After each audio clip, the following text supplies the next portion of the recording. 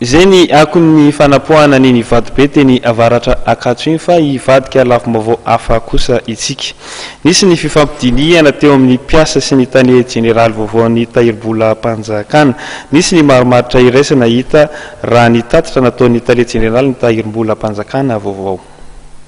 Nitsahatra ny fitokonana ho amin'ny mpiasa eo anivon'ny tahirim-bola mpanjakana. Io no anisan'ny fanapahan-kevitra ny tapahana taorian'ny dinika ny arahan'ny mpiasa sy ny tale jeneraly vaovaon'ny tahirim-bola mpanjakana Andriamatoa Pierre Jean Feno.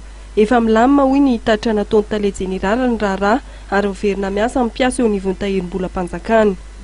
Raha ny zava-misy teny Antaninarenina maraina teo dia mbola nikatona ny biraon'ny tahirim-bola mpanjakana no mafisy mitandro filaminana amin'ny fiambenana teny manodidina amin'ny pairie générale.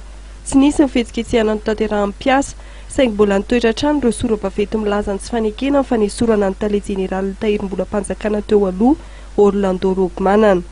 Tetsy amin'ny anteny mera mivarotra Antaninarenina mifampidinika amin'ny mpiasan'ny tahirim-bola mpanjakana sy ny tare jeneraly vaovao. Tapaka tamin'io fa miverina miasa amin'ny mpiasan'ny tahirim-bola mpanjakana nanomboka ny folakandro teo.